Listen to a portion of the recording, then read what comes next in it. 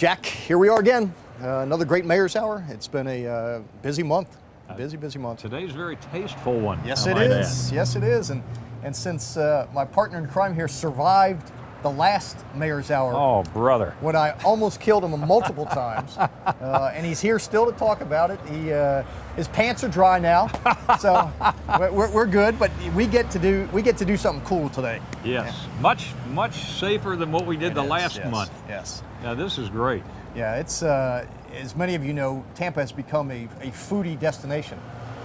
And people are saying like, what's a foodie? Well, we've become known for our great eclectic startup restaurants, and we are here in Seminole Heights right now, which is sort of the mecca for the new restaurants, for the foodie culture. And we're going to go and talk to one of Tampa's best and brightest young chefs and really figure out what's going on, what's happened. I don't know what the per capita is of the number of nominees for the James Beard Award, which is for the best of chefs, the best cooks, best chefs and everything.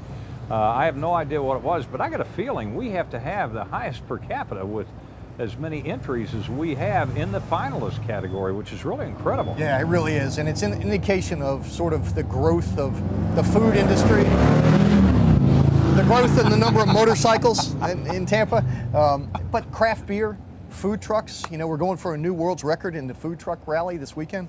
To break the one that we've set 6 months ago. Yeah. So, out of those food trucks come great entrepreneurs and great young chefs. And Michelle and Greg here at the Refinery are some of the ones that have led that renaissance. And so we're going to talk to them in just a little bit. I don't know where the food truck thing started, but it very well could have been the taco bus, because that was out on Hillsborough Avenue for years and years and years. And people went by there and loved it. They would line up for a block. They did indeed. And then once we established the Mayor's Food Truck Rally, it just exploded. Yeah, it's been huge. So stay with us. Jack and I are going to get to eat some great food. You're going to meet some great chefs. And we're going to talk a little bit about the food culture here in Tampa. We'll be right back. Yeah, you're making me proud. That's a good thing.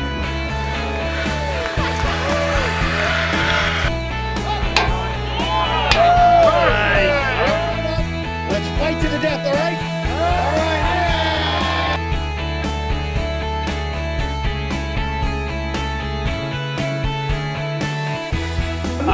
2, 3. Wow. Rapids will fully inflate and you're ready to enter the water.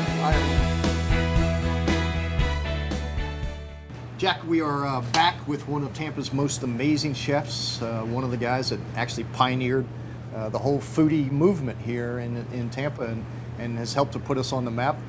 It's Greg Baker. He is the executive chef and one of the owners, along with his amazing wife, Michelle, of the Refinery. And if you haven't been to the Refinery, you need to come, because if you want cutting-edge cooking, this is exactly where you need to go in historic Seminole Heights. Oh, how true. This place has caused such a stir in the culinary world. Everybody's talking about it on both sides of the bay.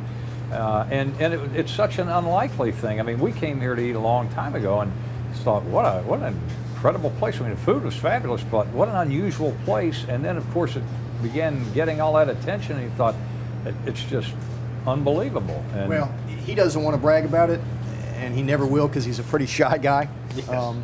But he is a semi-finalist for the James Beard Award, which is the most prestigious award you can get in the culinary field, for the best chef in the South. Yep. So right here in Tampa, Florida, in Seminole Heights, at the Refinery, is one of the best chefs in America, not just the South. Greg, welcome to the Mayor's Hour. Thank you very much. Jack and I don't cook at all. Not a lick. Not a lick.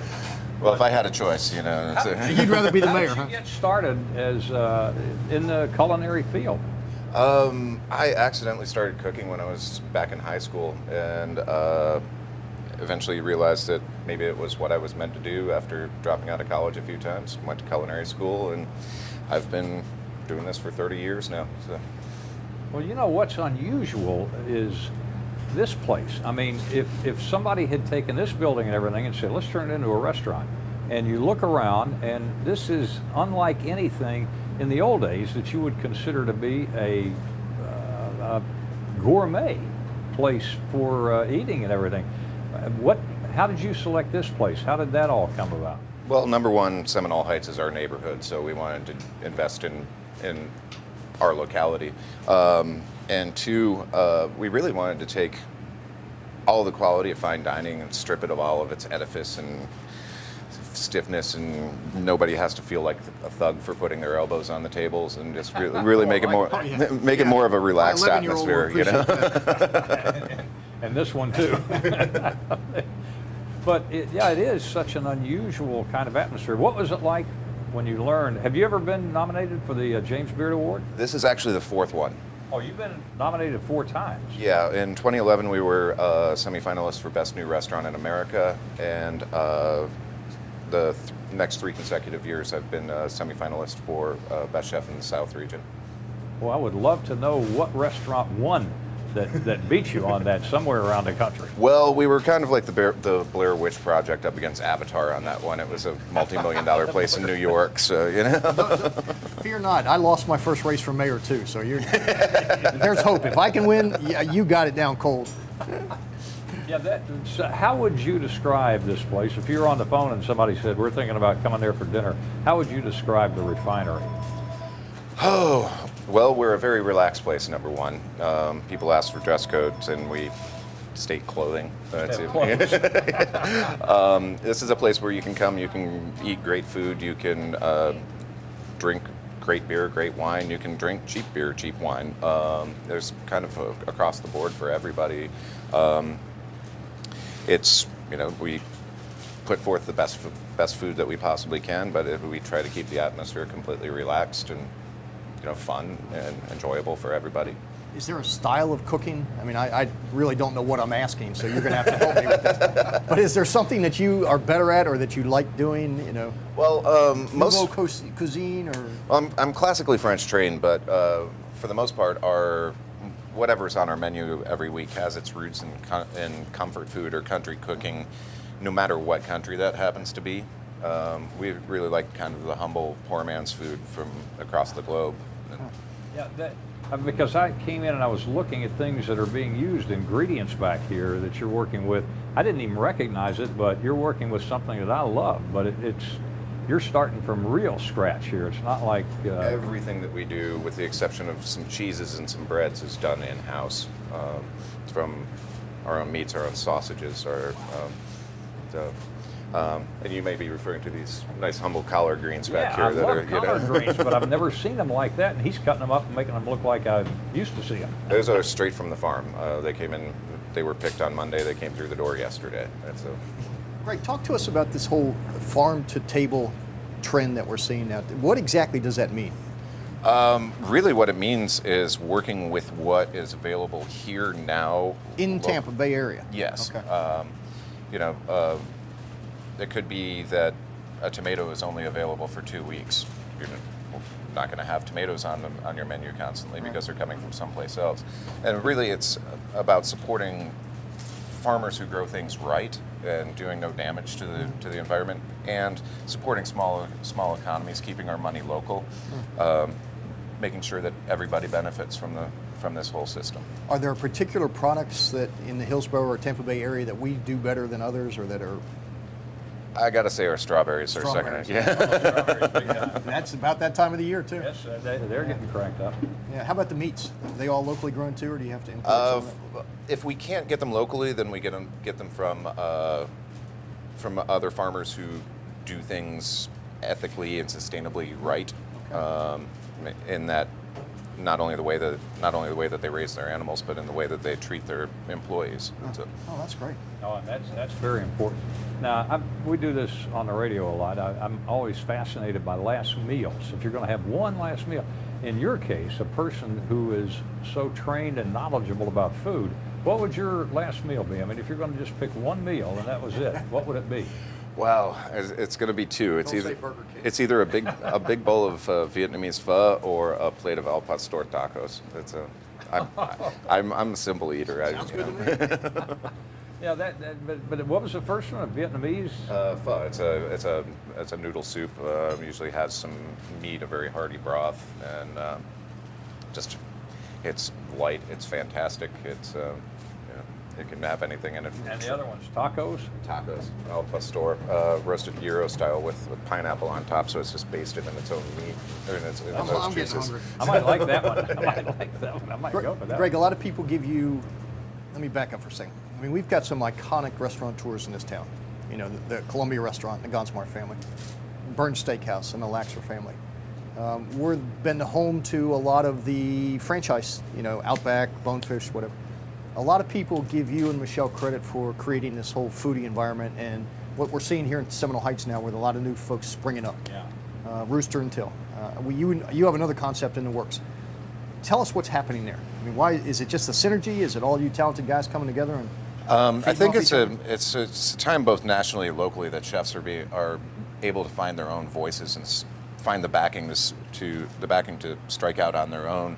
And you know, Michelle and I, we've lived all over the country, but we keep coming back to Tampa as our home, and we keep thinking, you know, but this place has this, and this place has this, and this place has this. Like, why can't we create that here? The environment's right. The people want it. Let's go ahead and strike out and do it.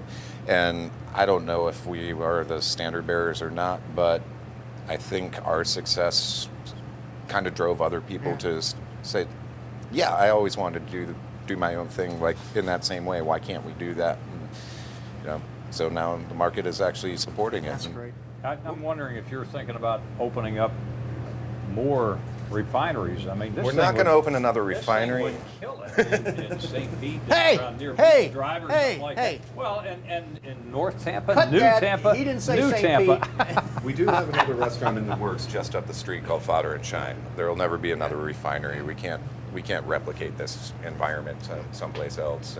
But And what's it going to be called? it's called Fodder and Shine.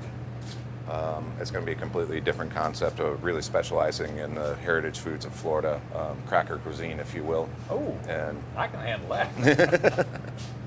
Just for the record, I'm trying to get him in downtown Tampa, Well, not St. Pete. that's a good idea too, because I live in downtown Tampa. I don't like crossing the bridge. Yeah. You know? Yeah, I've been on Greg and Michelle for as long as I've known them. I'm like, guys, I mean, downtown's jumping. We need you Oh, yeah. downtown. You would be an anchor That down would there. be But great. I also understand they're getting the new concept up and out of the ground. So next restaurant on the river, downtown Tampa. Okay. All right, there we go. That works. That works. Yeah, on the river. I know Michelle wants to be on the river bad. That would definitely go. All right, stay with us. We're going to taste some of his amazing magic. Not that Jack and I need to eat anymore. But bear with us. We'll be right back. This is going to be an experience. And remember, come on out to the refinery. It's on Florida Avenue. What's the address? 5137 North Florida Avenue. 5137 North Florida Avenue. Come on out here for a great dinner or lunch.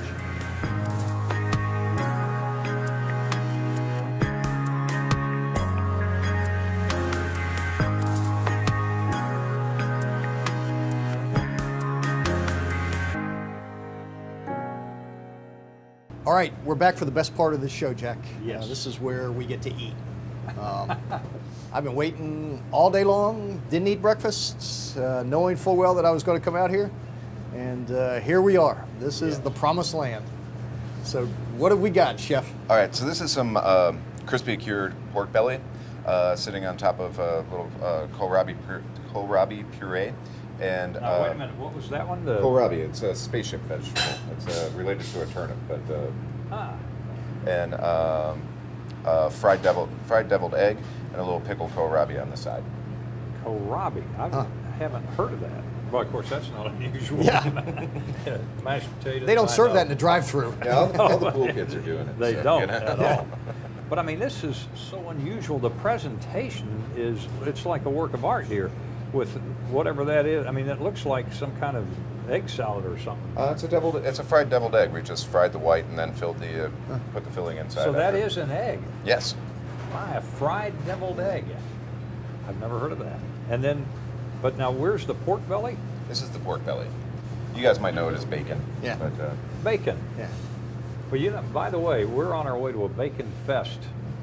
Our radio station's working on that now because it was pointed out by Yoli Capine, I guess, but something my wife has pointed out to me many times that Hernando de Soto, when he landed in 1539 down in Bradenton, he brought 13 the pigs first, with him. the first pigs that became wild pigs, and they were running free all over Central Florida. So we're kind of the home of bacon, really, in America. Unlike the rest of the world where people brought their pigs in from the wild, our pigs escaped from a good home and went into the wild. So. Well, there you go.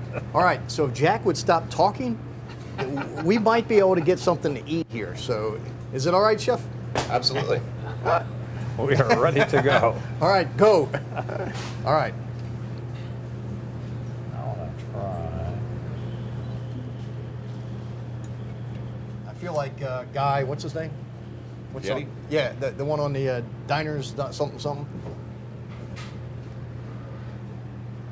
Oh, wow. That is awesome. And that's Stay away pork from bellies? mine. You call that pork bellies? Yes. It's the belly meat off of the pork. Is that where bacon actually comes from? Yeah, after it's cured and smoked as bacon. I did not know that. I don't know if I've ever had pork bellies. I don't think I have. That's got a great flavor to it. Oh, The deep fried eggs. You'll pardon me if I'm taking that off. Am I supposed to eat that? Oh, it can be eaten. It can be tossed aside. I'll toss. Just a little pea shoot. This is delicious. What's the address? 5137 North Florida Avenue. There we go. You heard it. I've never had a fried deviled egg before either. Neither did I till last week. Yeah. You just created this? Yeah, everything that we do is we've never made before. But how, I mean, at what point did you, I mean, is that something you had a dream about and said, and you wake up and say, I'm going to try that? Or, I mean, how did you decide, I'm going to take a develed egg and I'm going to try it? Because I eat deviled eggs all the time. Just and I've another never way looked to bring at it. texture into the dish, give you a little more crunch to it. You know, good. Oh, that is great. That yellow stuff on top is fantastic too. And what is that? That's just part of the yolk? And Yeah, all that's that? just I the mean, yolk mix. That's their standard deviled egg filling, just piped on top of it. Hey, Jack. He wants you right over there. Oh, I knew it as soon as I knew it. So what is he? But wait, there's more. Oh. I might have to have Jack, one did you- more. Well, no, better Did not. you forget that trick? I fell for it again. I get old and I forget these things. I thought he was. All right, Chef. What do we All right, got? so these are some Joe Island Little Neck clams. Joe Island is in Terracea, just south of the Skyway. There's a great aquaculture operation down there. It's served with some fish sauce braised pork shoulder, some serrano chili, a little bit of braised turnip, and finished off with an orange butter and a little bit of charred bread just for. I love charred Dipping? bread. Yeah. So did you just think of this one too? Is this a regular on the menu? There are no regulars on the menu. In 4 years, we have not repeated one dish on the menu. You are kidding. We're always trying to push ourselves further and do better. Wow. That is unbelievable. Now, am I going to be able to use my hands here? Absolutely. Is that going to be? Shells. So say that Oh, again, that is Greg. great. In 4 years, you have never had the same dish on the menu. No, I mean that's incredible. And you're open 5 days a week, we're open 7 days a week. 7 days a week, lunch and dinner. Dinner during the week, and then we do Sunday brunch from 11:30 to 2:30. Now, what are these? What is that? That's some braised turnip. Turnip. That is really I'm going good. to try that. I'm going to have a little piece of burnt bread. Everybody. Can you imagine, as a chef, how many years have you been open? We've been open 4 years now. Do the math. How many different dishes have to be contained in his head as he goes through this, never having the same dish on the menu more than once? I mean, that's incredible. Absolutely incredible. So these clams come from Tampa Bay? Yeah, the south end of the Skyway. Wow. Have you ever thought about putting out a cookbook? I mean, you've got so many recipes you go through that a gourmet cookbook would seem like a natural thing to do. There's one in progress, I was or at least some gonna say, negotiations because for one. With the reputation you all have now all over the Bay Area, that thing would be a huge seller, I would think. Now wait. Don't give me the 1 minute sign. I'm still eating. Now We still got one more dish to get. Oh, Lord. you got to tell me what this is again. We're stretching some, this segment of it. I don't that's care some what the Vietnamese, producers say. We're eating. That's some Vietnamese fish sauce braised pork belly. Or I'm sorry, pork shoulder. Oh. Oh man, I got to tell you, I was in Vietnam. Nobody cooked like that. That's because you were eating out of a can. Oh wow. Boy, that is good. Oh, now I'm And- going like that. Just to show you that not everything is pork here. This is escarole done two ways. we made dumplings out of poached escarole, and then there's a classic Italian sautéed escarole with just some lemon and garlic and chili pepper under it. Now here comes Mr. Dumb from West Virginia. What is escarole? Escarole is just a bitter green. It's in the, you might know it as chicory, or they put it in coffee in New Orleans. And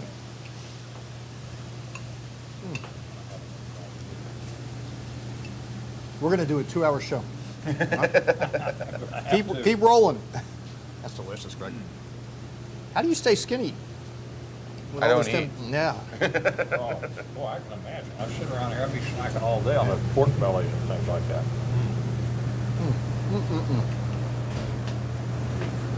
Yeah, I'll try some of my greens. And it's a bitter thing. So do you, at the beginning of the week, sort of lay out a menu in your head, or because you got to do the buying?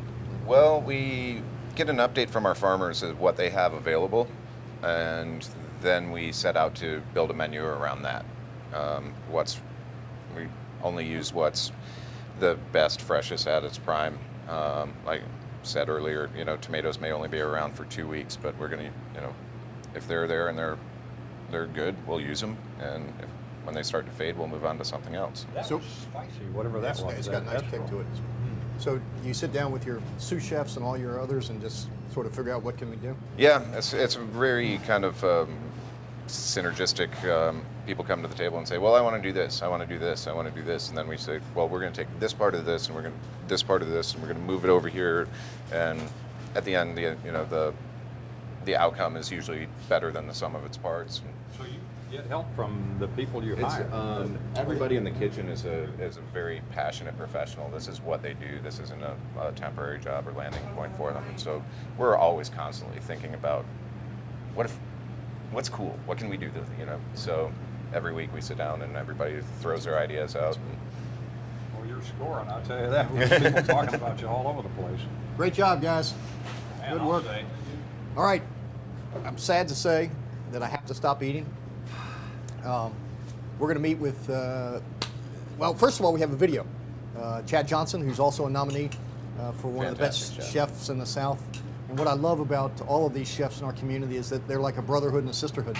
They all feed off each other's successes, they help each other, they support each other. While they may be in kind of competition, they're really not. And that's what makes Tampa such a special place for all of our foodies out there. So Greg, that's amazing. Refinery, come see it. I'll be back for sure. I know Jack will too. Oh, yeah. And thanks for that egg. I appreciate that. Stay with us. We'll be right back. Well, what's your background, real quick? I'm from a little small town in Kentucky called Paducah. I grew I know up, Paducah. Yeah, a little dot on the map. And I grew up in a Cajun Creole seafood restaurant. So when I was 5, 6 years old, I was down there picking croutons and cleaning crab. And Wow. Was it a family restaurant? yeah, family-owned restaurant. At the time, I didn't really realize what I was learning, but I probably knew how to make hollandaise by the age of 7 or 8. I didn't know why it came about, why it turned into hollandaise. I just know how to do it. And then just fell in the industry, and it's all I've ever done. So is Cajun Creole your sort of specialty? No, I do a little bit of everything. I mean, we mess Chinese, Japanese, American, French, you name it. We'll mess with the sideburns. Down here, we're a little more focused on American and some classic European dishes. But as far as I'm concerned, if it tastes good, it's in play. Yeah, that works. Now, just out of curiosity, for a person of your Epicurean tastes, I grew up on white beans and cornbread, so I'm not that fancy. okay, well that's my kind of meals, But what would you do as your big meal? Now you got one meal. What's it going to be? Oh, like what's my death row meal? Death row meal. We'll go ahead. That's what and he put it does on that the way. radio all the time, is ask people their death row. Fried chicken, mac and cheese, and collard greens. Oh, There we go. Now wow! we're talking. Yeah. You just made my death row meal. That is perfect. It's all grandmother cooking. Yeah. That's I think and you ask any chef that, they'll all go back to that. That's soul cooking. Yeah, soul food. That is great. All right. So Chad, what do we have here? All of this looks foreign to me because I don't. My house, we don't eat like this. So we have a couple of dishes from the menu that we plated up, but as far as what we're actually going to make today, everything at Elevage, the main restaurant here, is our tagline is kind of nostalgia meets nouveau. So what we want is somebody to come in, look at the menu, sit down and read the title of the dish, and it kind of bring up some type of memory or something. So maybe it's it's a dish that you grew up with that you haven't had since you were a kid, or maybe you see the duck confit preparation and it reminds you of the time you went to Paris in college or whatever. But everything's supposed to have a little bit of that nostalgic quality to it that you can have association with the dish, and then we just put a little bit of a twist on it. So it's familiar food presented in an unfamiliar fashion. So today we're going to be doing our variation of a Reuben sandwich. The only difference here, instead of it actually being a sandwich, we're presenting it in the form of beef tartare using some of the amazing beef from Burns Steakhouse, but with all the familiar flavors of a Reuben. Okay. Well, just have at it and sort of talk us through. All right. I got to ask a dumb question while you get started here, because you've thrown out a word I see on menus from time to time, and I am not an Epicurean at all, but what is confit? I see that always associated with ducks, and I've never known what part of the duck that is. Confit basically refers to something being cooked in its own fat. So for like duck confit, it's duck legs that we'll salt and then slow cook in duck fat. It's another one of those terms that we stretch the meaning of a little bit. So basically nowadays a lot of people use it. If it's anything that's cooked in fat, they'll call it confit. But traditionally it needs to be cooked in its own fat. So that's usually where you see it with duck. So wait till I hear about that in southern West Virginia. When I go back, do y'all have anything in confit? So you talking about duck fat? They're going to take away your West Virginia residency. Well, look at that. Now, wouldn't you love to be able to do that? I can, but my fingers would be half off. Fingernails in your meal. All right, so the foundation for this, like I said, it's some of the amazing dry aged beef from Burns Steakhouse. Served tartare, so it is served raw. And then basically what we're going to dress it with is a Thousand Island dressing, or similar to a Thousand Island, so it kind of reminiscent of the flavor of the Reuben. Served with simples from rye crostinis, and then our variation of sauerkraut, which in this case is pickled Brussels sprouts. Ooh, so it's all the basic elements of a Reuben sandwich, just done a little bit different. Way different. So for the dressing on that, it's actually fairly traditional to what a Thousand Island would be, just a little bit different. And then, like I said, this with all the food is we're taking familiar dishes, but we're just doing it a little bit different, but we're applying the same quality of obsession with the ingredients that we do already at Sideburns and Burns. So even though it's something as simple as Thousand Island, it's going to be done with fresh vegetables, working with our local farmers, or in this case, like the mayonnaise, it's fresh-made mayonnaise. So, and that's something we didn't even talk to David about earlier, that they have their own farms from which they grow their own vegetables and that kind of thing. Do you ever get out there to see it from the source? I don't get out to the farms as much as I used to. Been a little bit busy these days. Yeah. But we're fortunate enough to have Burke, our farmer, who does amazing stuff for us about 3-4 days a week. We get our regular shipment, and he always puts a little something in there, surprises. And then we'll be working with all sorts of the local farmers, which our next dish we'll be making is actually working with the local farmer who grows here in the urban landscape in Tampa. Wow. So basically we got a little bit of hard-cooked egg, the mayonnaise, cucumber, and red peppers. So still staying, like I said, traditional to what everything is, just doing it with the highest quality ingredients we can get. A little bit of minced cornichons, or basically fancy French pickles, vinegar, a little bit of Worcestershire sauce, and some paprika. So that's kind of our variation on the Thousand Island dressing. And after that, nothing fancy about it. It gets mixed together, and so we make it a little bit thinner so it almost turns into like a vinaigrette, but it has reminiscent of the flavors. And this is what we dress on the beef. Does Joy cook like this for you? No, she's a cookbook author, but I haven't seen it. Of course, I don't watch.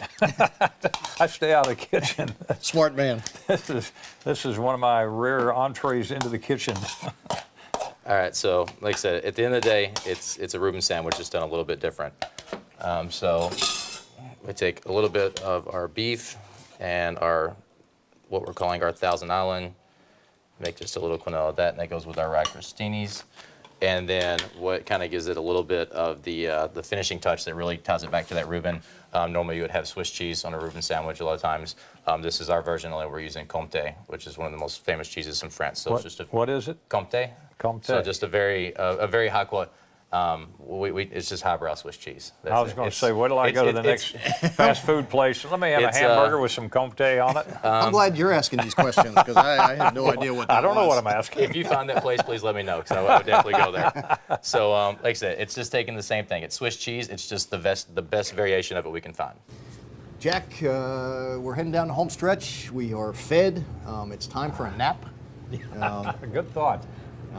You know, this is one of my favorite topics, because as I watch Tampa take off and I watch the explosion in our urban core as young professionals move back, one of the reasons is is because we've become a hip city. Yeah. You know, hip with craft beer, hip with the food culture, hip with the food trucks, hip with downtown that's alive 18 hours a day. I mean, it's a different city now. Yeah, it really is. The city is just transformed almost overnight, it seems like, and is at the forefront when it comes to things like food now, particularly. It is indeed, and we have some of our food experts here. One who's an expert in eating it, and two who are experts in the depth of their knowledge. I'm going to introduce them. Jeff Houck, the food critic and reporter for the Tampa Tribune, Arielle Stevenson with the creative Loafing, and Ernest Hooper, the infamous Ernest Hooper, columnist, East Hillsborough bureau chief for the St. Petersburg Times, an all-round Renaissance man. An eater. An eater. Yes. Yeah, he's like I am. Can't cook it, can't do anything to it except eat it. Jeff, you've probably been on the cutting edge of this. Of eating? Yes, I have been. Now, for the first time, I'm on a panel where I'm not accused of being the magnificent eater this time. So, but There we go. there we go. Tell us. I mean, you've been documenting it. You've been at the forefront. You know all these chefs. You have relationships with them. Sure. Tell us what's going on. It's exciting. It's very exciting because it feels like it's finally happening here in a way that people have wanted for a very long time, and not necessarily that it's happening in a mall or it's happening in a particular pre-designed place. It's all happening very organically, partly because what we've talked about before, which is the recession kind of forced people to go make themselves happy and well-fed in a new way with new ventures. And the fact that it happened here in Seminole Heights is pretty incredible. But the way it happened, I think, is even more important because everybody did it on their own terms, and it's still happening. It's really only the start of the wave at this point. But Tampa, in general, is developing a huge food identity for itself, and like you said, you see it in beer, you see it in food trucks. We're getting a wave of boutique hotels that all have a food component to them. Something like the Epicurean, you don't see that in Florida, you don't see it regionally, you don't even see it in the United States. So we're seeing a lot of landmark stuff here, and we're seeing talent come here to work instead of leaving here to go other places. My assumption is, and I think this is accurate, but you would know better than I, that all of these chefs, because the universe is small enough, all support each other, they're proud of each other, they help each other. I mean, is that an accurate perception of what's going on? I think we've seen that, especially in the past week with the fire that happened at Domani. Everybody from the restaurant community pitched in to help other people find jobs and find new positions. But even on a basic level, I know that the refinery was helpful to Rooster and the Till to get them going, offering them their business plan. There's a person who works in the kitchen here in the morning that works later in the day at Rooster and the Till.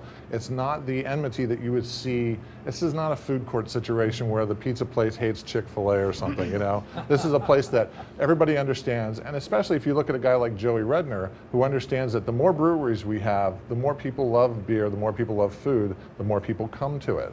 And in the past, that's an anti-business sense in a lot of ways because most people want to be just the top dog. But when you have a lot of dogs, you can bark pretty loud.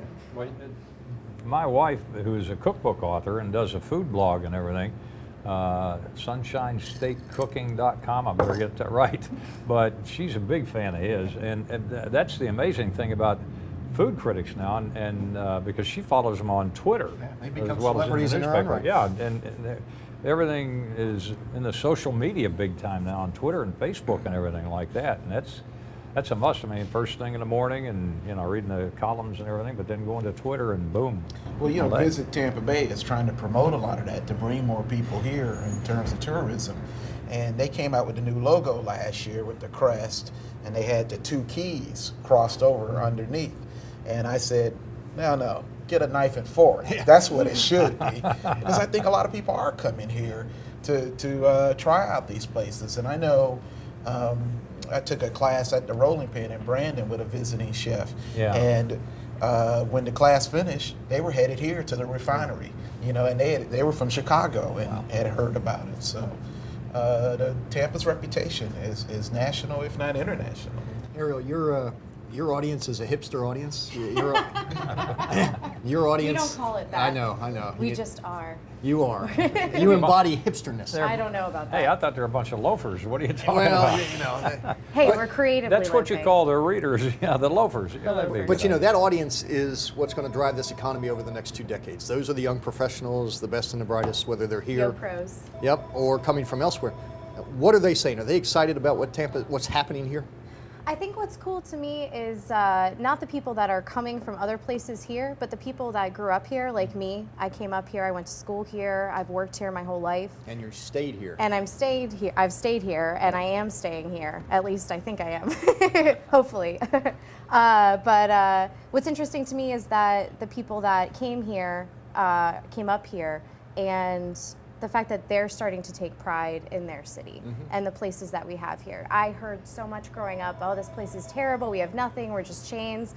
And it wasn't true then, and it isn't true now. A lot of the food that we're finding out about now has been there for a long time.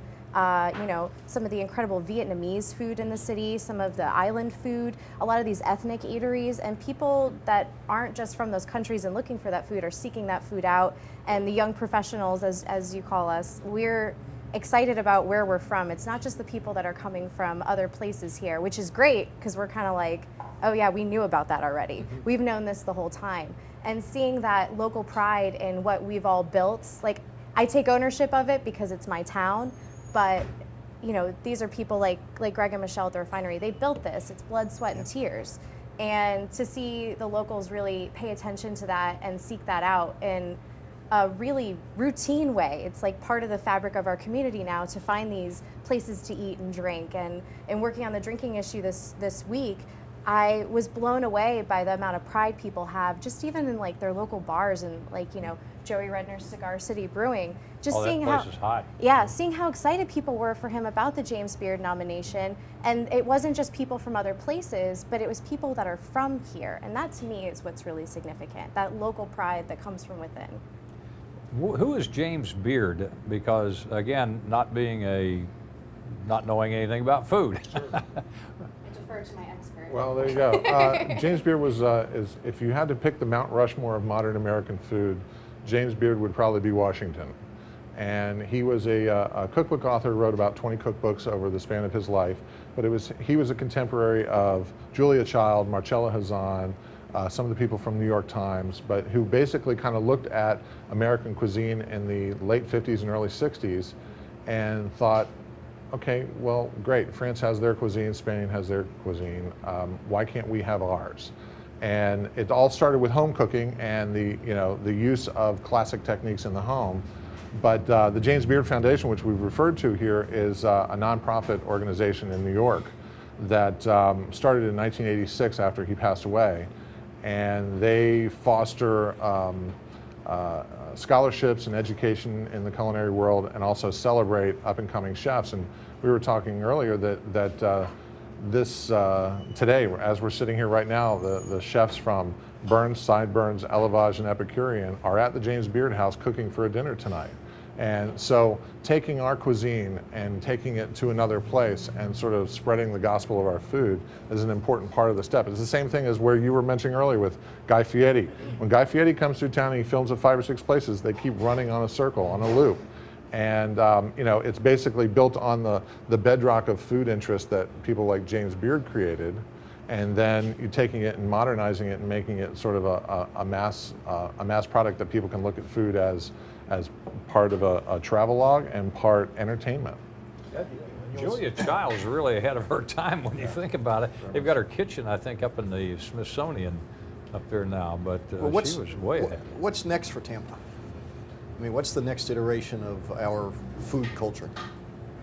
Well, the breweries are fascinating to me. Beer has been one of those stories that I've watched happen kind of like we watched it right before our own eyes. This area, I counted it, 27 breweries now in the Tampa Bay area, and a lot of them. We have Angry Chair here, Southern brewing and winemaking. To me, beer is one of the most incredible stories coming out of this area, and seeing how this boom is going to progress with the fact that it's, Cigar City really kicked it off now. Dunedin Brewing is the oldest microbrewery in Florida, but Cigar City really kicked it off. And seeing how that's going to blossom and the ways that it's going to affect like the fabric and the vibrancy of the community, that to me is what's really interesting. I think this week is National Beer Week, because I think I'm tapping the first keg Friday or Saturday. Tampa Bay Beer Week. Yes, Yes. yeah. So we proclaim it, we celebrate it. I mean, I love watching the success of Joey Redner. Oh yeah. I mean, Pretty awesome. I mean, his dad and I have a long history together. You don't say. But I'll tell you what, I could not be prouder of Joey and have been one of his biggest fans. And so it's great. I mean, he really is a Tampa success story. And he's got a great big product, time. and he's put us on the map. Every time I'm in a bar somewhere, I'm like, "Do you have Cigar City?" I'm trying to spread the gospel of Cigar City beer. It's wonderful to watch. I think it's interesting to kind of to know that there are people like Joey Redner out there waiting for their moment. Everything that's happening with beer right now is sort of on the verge of happening with distilleries, sort of waiting to happen, as we mentioned earlier, with the boutique hotels. But there's a segment to kind of tap into that energy that it just kind of keeps rolling. Once you've started it, it keeps rolling into new segments, and they find new ways to enjoy it. Yeah, and you mentioned Guy and the promotions he does on Food Network.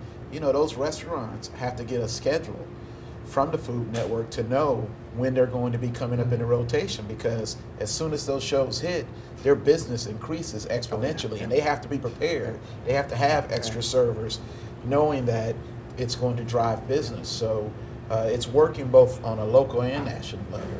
You might not believe this, but in the 1990s, I was co-host of a show on the Food Channel. That was right before the Food Channel took off. It was Charles Knight, the Healthcraft Cookware guy, and myself that I'd had on my TV show, and we did a show on the Food Channel once a week. And your contribution was what? Eating. I was the Ernest Hooper of the show. It's a tough job. Somebody's got to do it. Not just having people who know so much about food here. I've got to ask the question. Fire away. We got 3 minutes left. Okay, well, I want to know if you're going to have one meal. Oh, here we go. Lord. Well, that's a great question. That you're going to have one meal, what's it going to be? Better say your wife's cooking, Hoop. Yeah, that's a good answer. When I have people come to town, I love to take them to the Columbia. Yeah. And, it's great to see these new restaurants emerging, but we have that crown jewel that's been there more than 100 years. And not only the food, but the ambiance. What do you get? What's your... I usually get the merluza when I go to the Columbia, which is the pan-fried fish. Yeah. But of course, you got the Cuban there. And a lot of people come to Tampa. They got a haven't been great there Cuban. before. They got the perfect They haven't Cuban. had a Cuban. With the mojo and all that stuff. Yeah, and then of course you have the paella is another dish that a lot of people haven't had. So to me, it's a good place to start. You don't stop there. It's going to be your last meal. But yeah, it's a good place to start when you talk about touring Tampa. What's yours going to be? Now, can we have a progressive tasting menu of courses at multiple you gotta places? Pick one. You got to pick one.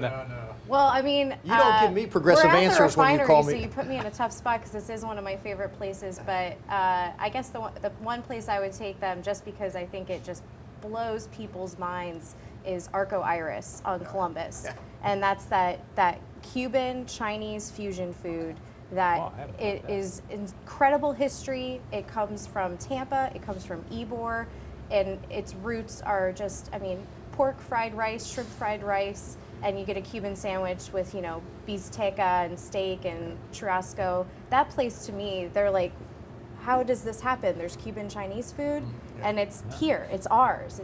It's very signature Tampa, but I love the Refinery. All right, Jeff. I'm going to follow the mayor's example and be politically astute. You're smart. I first should say something at the Refinery, but I love home cooking. I'm sorry. That's what I hope really comes back in a big way.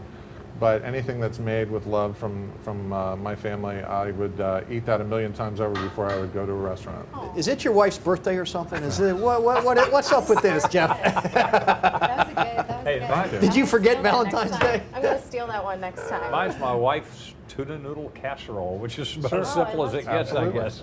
But you know, the great thing about Greg was talking about is that this is comfort food here done in Yeah. a very elevated way. Oh, yeah. And so the sensations you get while eating tuna noodle casserole made by someone you love, you have a connection here at the refinery to people who love what they do, they love the ingredients, they love the city that they're in, and it all translates to the plate. And the places that you go to that don't have a local connection, you can taste the difference. All right, thanks to Jeff Houck, Tampa Tribune, thanks to Arielle Stevenson from Creative Loafing, and many thanks to my friend Ernest Hooper from the Tampa Bay Times. Stay with us, we're going to watch a video about what's happening at Cigar City Beer. It's a great marriage between food and beer. Stay with us. Welcome back to the best part of the Mayor's Hour. This is where Jack and Joey and I get to start drinking. You know, to be a mayor is a wonderful thing. That I get to drink, it's 11:30 in the morning. Holy guacamole. And we're going to start drinking beer. Joey, what are we drinking? Okay, so we have what we call our 4 core beers, the 4 beers we do the most of, and in order from your left over to your right, we have Florida Cracker, which is a wheat beer, a Belgian-style white ale, and That's what I like. yeah, it's named in honor of the Cracker Cowboys, the Florida Crackers. To its right is the Hotter Than Helles Lager, and it's just a play on the German word for pale or light is Helles, and it's kind of it's an unfiltered lager. It's probably the closest thing we do to your mass-produced beers. It's still pretty full of body and has a little bit more hops than would be usual in a beer of that style. But probably the most easy drinking, if that's what you're looking for, of what we do.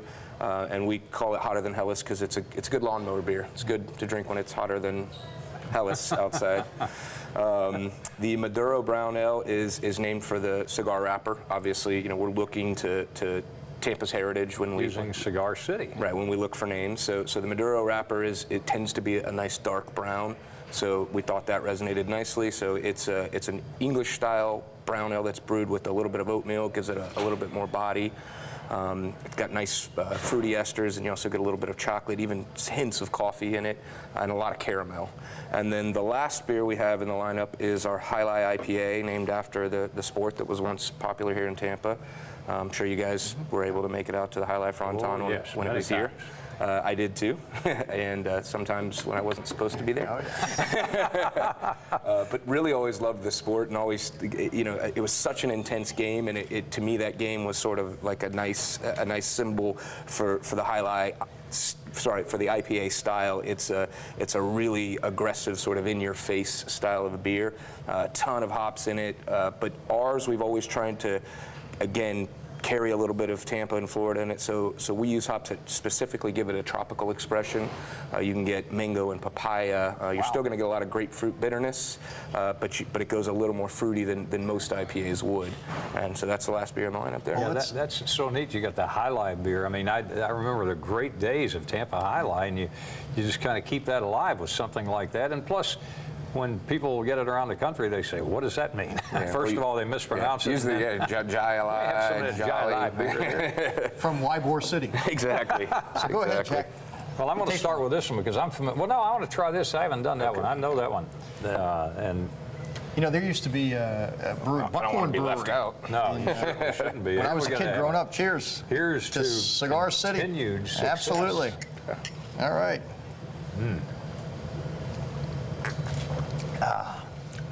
Oh, I like that. Yeah. That might replace this. I don't know. Which one Get a is new this? favorite. This is the Hotter Than Helles Lager. So it's a Munich-style Helles Lager. It's good to be the mayor. I thought you were going to say it's good to the last drop. I'm going to get to the last drop in just a second. I know what you mean. Then I'm going to go home and take a nap. So which one's the most popular? This is our top seller, the High Life IPA. It's probably trending towards 60% of our production. Yeah. Wow. How do you have a job where you get to drink all day?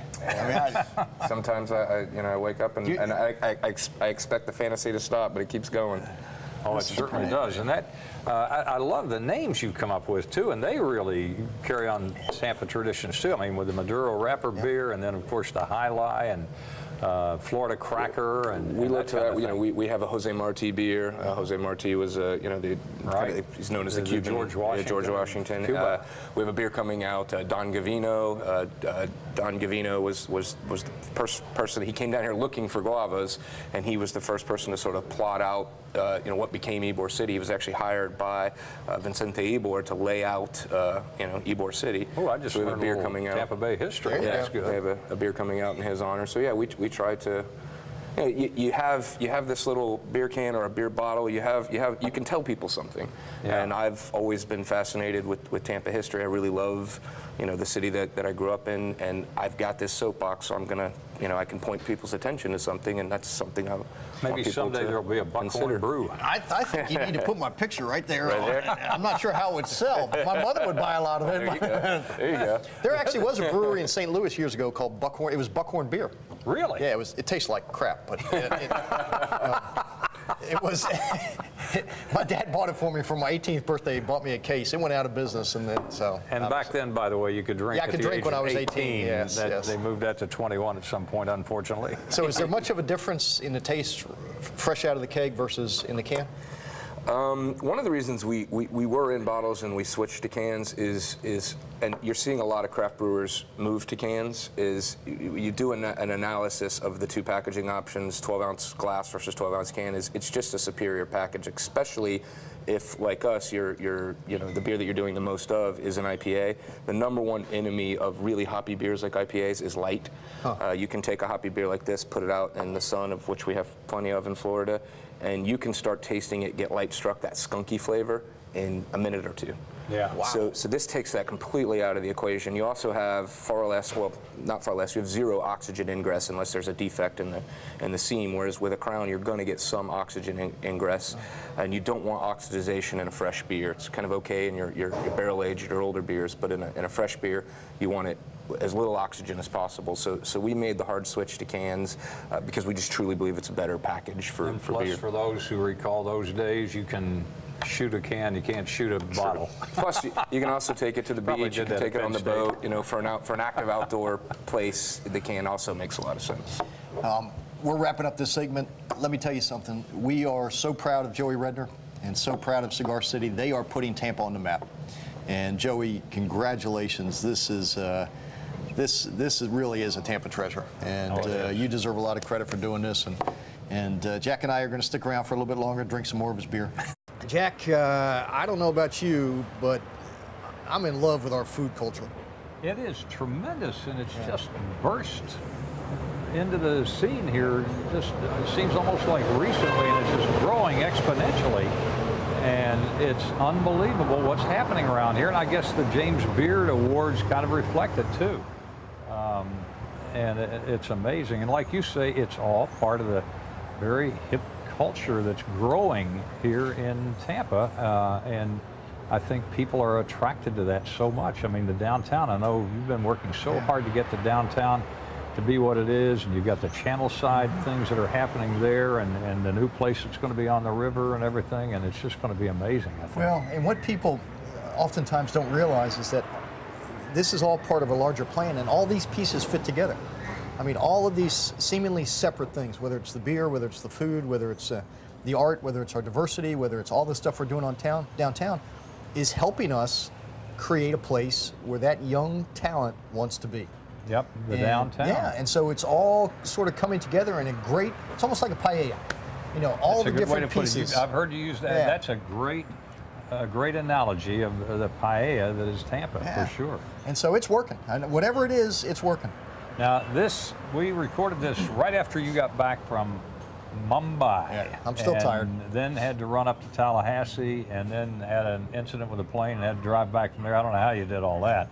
But right before Mumbai, you were down in South America. Yeah, Panama. And all of these things. But I think a reflection of the success that you've had along with Joe Lopano and all of the others and moving forward is just the fact that recently Tampa International Airport was named #1 in the world in gaining new acquisition airlines and things like that. #1 in the world. That's just incredible. I mean, we've known it's the best airport in America for sure. But Well, and you think about it, I mean, for the last 3 years, we've really focused on attracting international flights. yeah. And so let's go down the list. Edelweiss Airlines, Yeah. over to Switzerland and Germany.